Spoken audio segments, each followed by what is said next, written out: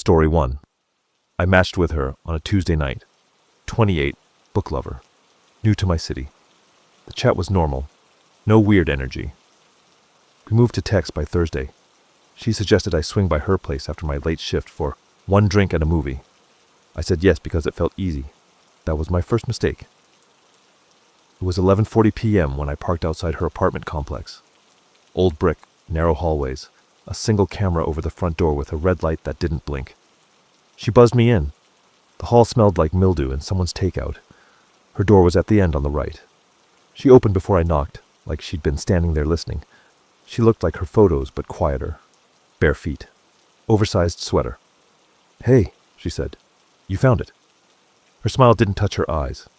Inside, the place was almost staged.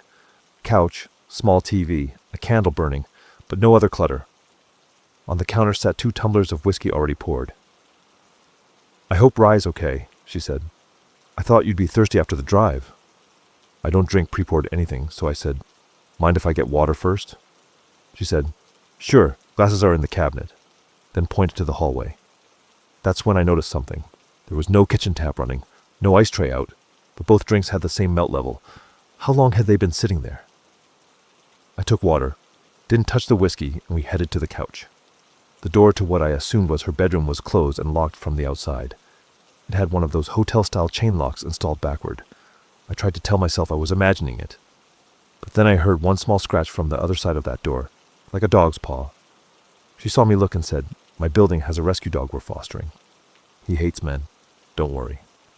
We watched exactly 3 minutes of a horror movie before she stood, walked to the counter and said, "Bathroom's down there if you need it." It sounded like a suggestion, not a courtesy. My stomach went tight, so I got up and went, but I didn't close the door all the way. In the mirror I could see the living room reflection. She lifted my tumbler, swirled it, and tilted her head like she was checking the angle of the glass. Then she set it down and looked toward the bedroom door. She waited. Stillness. That's when I heard the second sound from behind the locked door. Not a scratch. A shoe scuff. I turned off the bathroom light and stood still. No fan hum. No other apartment noise. Just that small, deliberate shift. And then a whisper, like someone reminding another person to wait. I walked out and said, "I should head home." "Work at 6, she acted surprised, then relaxed too quickly. "At least take your drink," she said, holding the glass to me like we'd be rude to leave it. It smelled sweet, like overripe fruit, not rye. "I'll pass," I said, and I grabbed my coat. She followed me to the door. "I can walk you out," she offered. "The hallway lights are weird sometimes." Her face had that empty smile again. I opened the door and stepped into the hall. That's when I saw the metal exit door by the stairwell wedge, open with a plastic bag. Someone could stand there and never be on camera. I walked. Not fast enough to look like I was running, but fast enough. I heard her bare footsteps behind me and then stop. Then a single metal click from her apartment lock. I knew whoever was inside was free to move again. I got in my car, drove around the block, parked, and called the non-emergency police line. I gave the address and told them what I heard. "We can do a welfare check," the dispatcher said. "Stay put." I waited 2 blocks away where I could see the front door. 2 officers arrived, knocked, spoke to someone. After a few minutes, the door opened wider and a young guy walked out, hoodie up, hands in pockets. He looked around like he was checking for someone. The officers asked him to sit on the stairs. He didn't argue. They questioned me later in my car. I didn't drink anything. Nothing happened. I left on my own. I kept saying, "I just had a bad feeling." One officer said quietly, "You did the right thing." We've had a few robbery setups like this. Guy arrives, gets comfortable. 2 others come out of a room. He didn't say more, but I caught the look he gave his partner. I blocked her on everything. The next morning, her profile was gone. Not unmatched. Gone. The photo she used has never appeared again. I still think about that door with the chain on the outside. What were they used to keeping in there? And how many men finished their drinks before they noticed it? Story 2. We met on a Sunday, matched by lunch, coffee by 5 p.m. She said she'd just moved to my neighborhood for grad school. Quiet, a little awkward, but funny in a dry way. We went on 2 more dates that week. Everything moved fast because it was easy. On the 3rd date, she noticed my phone's lock screen lighting up with my building's smart lock app. "Those things are so convenient," she said, smiling. "We used one in my old place." I felt like nothing. On Friday, I left for a friend's wedding an hour out of town. I turned off lights, watered my plant, and texted her I'd be back late. She sent a heart and said, "Have fun." I didn't post anything public. I don't tag locations. I'm careful. I still don't know how she knew the exact time I left. Maybe from our messages, maybe from watching. I only know what I saw on my camera the next morning. My building's hallway cam is cheap and lags. But at 2:13 a.m., it caught her standing outside my door wearing a hoodie and carrying a canvas tote. She typed on my keypad, fast, like she knew it. It didn't open. She tried again, longer this time. Then the lock flashed green and the door opened. She looked straight at the camera once before going in. No smile. Just that blank look people have when they're about to do something they decided on days ago. I didn't see the motion alert until morning because my phone was on Do Not Disturb. When I opened it, I felt that cold fall in my stomach. I called my neighbor, a guy across the hall who works nights. He checked my door, said it was closed. Then he put his phone through the mail slot and recorded a quick sweep.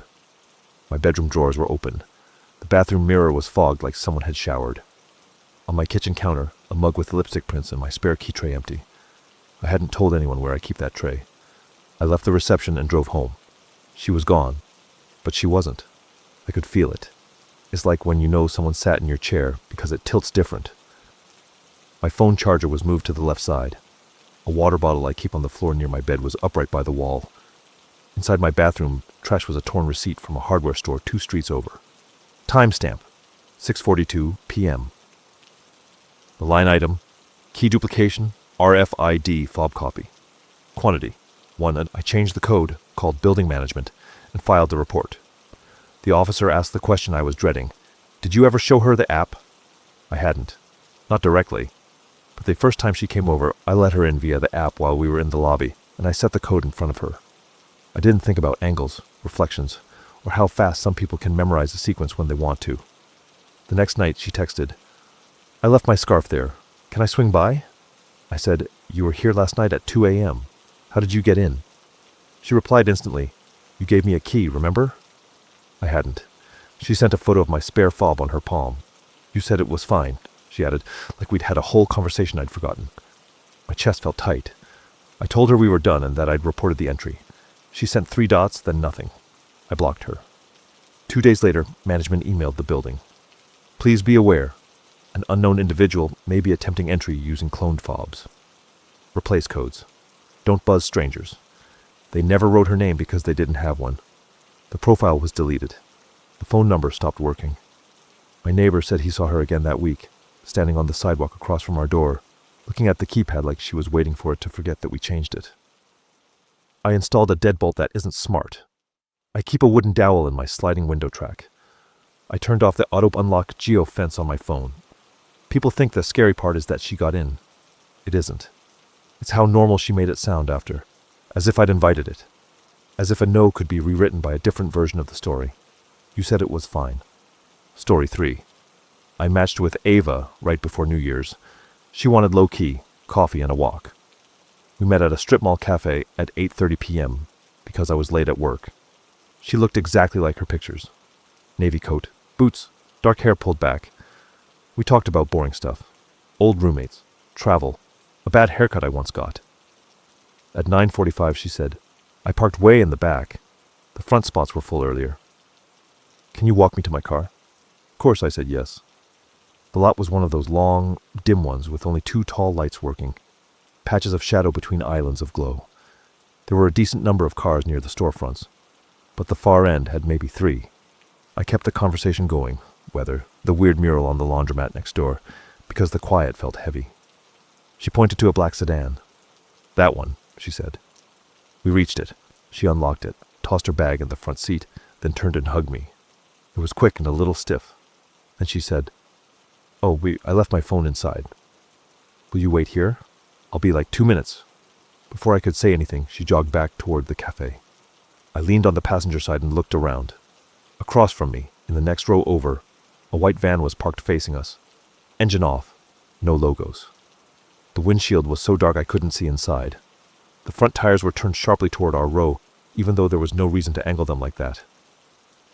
I felt my shoulders tighten. I told myself I was being jumpy. 1 minute passed. 2. I checked the cafe door. She hadn't come out. I texted, "All good?" The message didn't deliver. I called. Straight to voicemail. Maybe no service. Brick building, back room, whatever. I looked at the van again. A tiny breath of condensation appeared low on the glass. Someone was inside, exhaling. Then it cleared like whoever it was held their breath. I decided to move. I walked around to the driver's side of her sedan and crouched like I was checking a tire.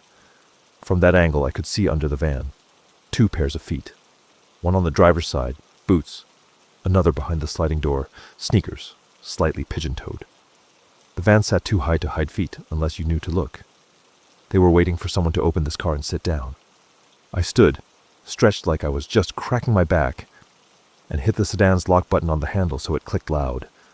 I pulled on the door handle hard enough to make it rattle like I was getting in, then walked away quickly toward the more populated part of the lot. Behind me, I heard the van's engine turn over, a soft cough. I didn't look back. I walked into the convenience store and stood behind a shelf of laundry detergent where I could see the lot through the window's reflection. The van crept forward into my row, then paused by the sedan. The sliding door cracked open 2 inches, and then shut. The van idled another 10 seconds, pulled out, and drifted toward the exit like it had lost interest. I called the cafe. "Is Ava there?" The barista said, "Who?" I described her coat. No one like that came back in. I thanked him and hung up. I texted Ava again and saw the gray question mark, number no longer in service.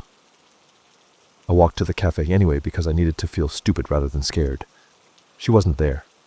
The manager said, "We close in 5, like he wanted me gone. I moved my car to the front row where the lights were strongest and where a camera sign hung, even if it was fake. Then I called the police and asked if they could swing by. "We'll send a unit," the dispatcher said. An officer arrived 10 minutes later. I pointed out the sedan, the van's spot, the angle of the tires. He listened, patient. He said they'd had a string of 2 car robberies where the target gets boxed in or yanked into a sliding door. "Usually it's after a bar," he said, "but apps make it easier. Someone walks you to your car and then disappears." I gave Ava's profile details. By midnight, it was deleted. The officer said he'd file a report and add the plate I'd snapped as the van rolled by, half covered with a plastic shield. "Be careful with back rows," he said before leaving. "Park near carts, near returns, near anything that forces a van to maneuver. They don't like having to back up twice." I sat in my locked car for a minute and felt the adrenaline turn to anger. Not at them. At how normal the setup felt until the end. A walk to a car. A quick hug. An excuse to leave you in the one spot where help is farthest away. When people ask why I still use dating apps, I say, I'm careful. But the truth is, careful often means noticing things you can't prove and walking away anyway. People think that's paranoia. It isn't. It's how you go home.